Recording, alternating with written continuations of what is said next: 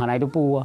So penyakit luar, kayak contoh darah tinggi, lagi contoh sakit jantung, stroke. Ini hana nyai gop hana itu pu, biasa berkaro deh. Tapi penyakit dalam, lagi contoh hujub, ria, kriat. Nyan draw hana itu pu draw kriat, tapi ke gop kriat. Gop yang lebih tepu, tanya yang kriat padahal. Ya, jadi beda. Tapi lebih bahaya penyakit dalam. Pakai dalam iaitu mesti contoh ji kriat, nyan tamang neraka ada yang tong neraka lagi 4. Tapi penyakit luar mesti lagi sakit ulet, sakit perut. Hana tamang neraka. Karena orang pakai tamang neraka sakit perut belum masa hidupnya. Ya hana. Yang na pakai penyakit hati hasut lu masa hidupnya maka tamang neraka. Ya yang le. Han kalian kan dumpu yan. Gara-gara taat gemudah rezeki ya Allah. Kau pun dah minta apa lain hari? Kau pun dah minta apa lain sehingga ada yang teng top mana ampo cap.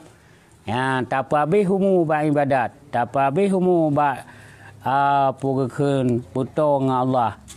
Ya, dan tak tinggal maksiat. Yang kan? Yang ditanggung oleh Allah, surga ditanggung. Yang hidupnya katanya pugakun mulia. Kanyan dah minta. Kejut hana lain yang paling hebat selain daripada urang yang minta ilmu gekeun urang beut hanian tamai dengan ilmu yang kana be video ilmu kana han dapati ya lebih bahaya lah mende ya yang pelajaran yang ke-25 daripada kitab Taurat daripada 28 boh karena urang jahil pegah li Rasulullah yang hana kriat yang lebih cinta oleh Allah kepada orang ibadat tapi kriat. Yang cerita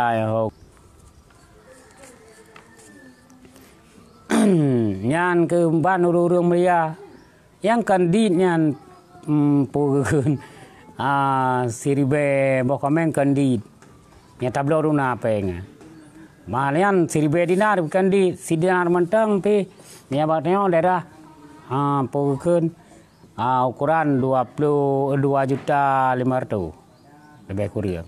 Yang si dinar, man si dinar. Yang kedinan masayan dikirim. Jadi pugun kesimpulan cerita yo urang yang god yang kelagian. Jadi urang lemah pernah gemu sedekah. Ke urang yang hebat gebi kagrah ke kadu ke kanah nak me sapu pilih urang yang leh ke Jawa ji.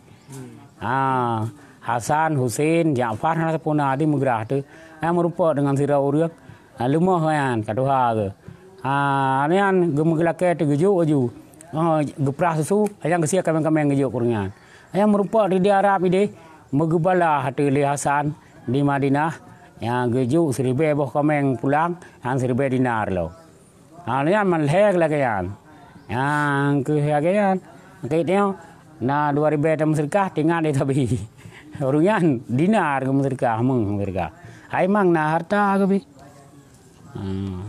jadi hana tanggung-tanggung go buat yang kenyan yang tokang putok dayangan surga lan putok dayang Allah taala yang pelajaran yang ke-25 hebat ke bi put apa bi kajinya na sembuh no kajinya deh